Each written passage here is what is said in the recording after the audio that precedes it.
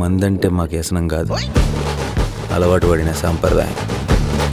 మన అందరం ఇదేదో పెద్ద చాలా ఘనకార్యంగా ఫీల్ అవుతున్నాం. అంటే పేపర్లు చదువుతుంటాం, లిక్కర్ సేల్స్లో తెలంగాణ టాప్.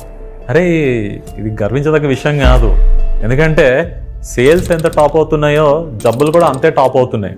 ముఖ్యంగా యంగ్స్టర్స్, అంటే హాస్పిటల్లో లివర్ ఫెయిల్యూర్ అయ్యి ఈ లివర్ సిరోసిస్ అంటే లివర్ పూర్తిగా పాడైపోయిన పాపులేషన్, ముఖ్యంగా 30-40లో ఉండే ఏజ్ పాపులేషన్ ఏదైతే ఉందో అది గత 4-5 ఏళ్లలో 2 అయింది. అంటే వీళ్ళందరూ కుటుంబాలు కూడా ఆల్మోస్ట్ నాశనం అవ్వడానికి రెడీగా ఉన్నాయి.